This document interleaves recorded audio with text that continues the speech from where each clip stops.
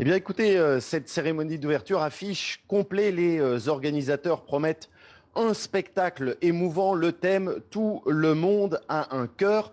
Préparez vos mouchoirs, a indiqué d'ailleurs un des chorégraphes. Alors, 2500 personnes doivent participer au spectacle, dont Vic Muniz, qui est un célèbre artiste contemporain brésilien, dont la particularité est de créer des éléments à partir de différents matériaux. Le nouveau président du Brésil, Michel Temer, devrait également être présent. On se souvient qu'il s'était fait siffler et huer lors de son court discours pour l'ouverture des Jeux Olympiques. Je vous rappelle qu'il s'était retrouvé au sommet du pouvoir le 12 mai dernier quand Dilma Rousseff avait été écartée dans l'attente du vote crucial qui a finalement eu lieu mercredi dernier. Alors sera-t-il sifflé cette fois? Probable, quand on sait que sa cote de popularité est de 13%. Mais vous savez, la plupart des Brésiliens avec qui j'ai pu parler ce mardi étaient très contents que l'esprit olympique soit de nouveau présent ici à Rio de Janeiro. Beaucoup de cariocas ont gardé de très très bons souvenirs de cette aventure olympique du mois dernier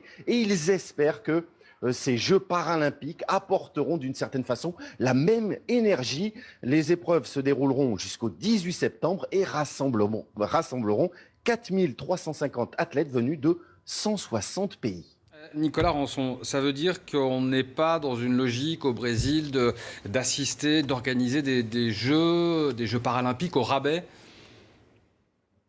Eh bien, écoutez, toute la question et beaucoup de personnes ici se posent la question de savoir déjà si les stades seront pleins ici au Brésil. Difficile à croire, surtout après avoir vu autant de sièges vides le mois dernier pour les Jeux Olympiques. Mais vous savez, les Brésiliens font preuve d'optimisme quant au succès populaire de cet événement.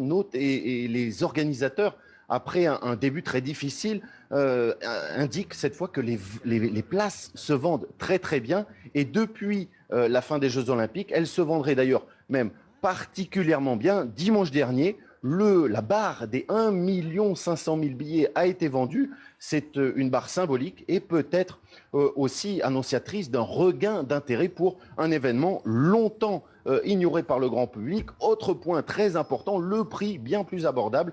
Certaines places sont à 3 € et cela encouragera certainement les Brésiliens à se faire le déplacement. Enfin, les écoles, pour faciliter les déplacements, vous vous en souvenez, durant les Jeux Olympiques, tout le monde était en vacances. Ce n'est plus le cas. Eh bien, cette fois, les établissements ont prévu des sorties pour aller voir les premiers Jeux paralympiques en Amérique du Sud. Ce sera notamment le cas de certaines classes du lycée français de Rio. En revanche, les habitants de Rio, les cariocas, doivent se préparer à de sérieux embouteillages. Pas de vacances scolaires, ni de jours fériés. Les autorités ont prévenu, cela devrait être pire que lors des Jeux Olympiques.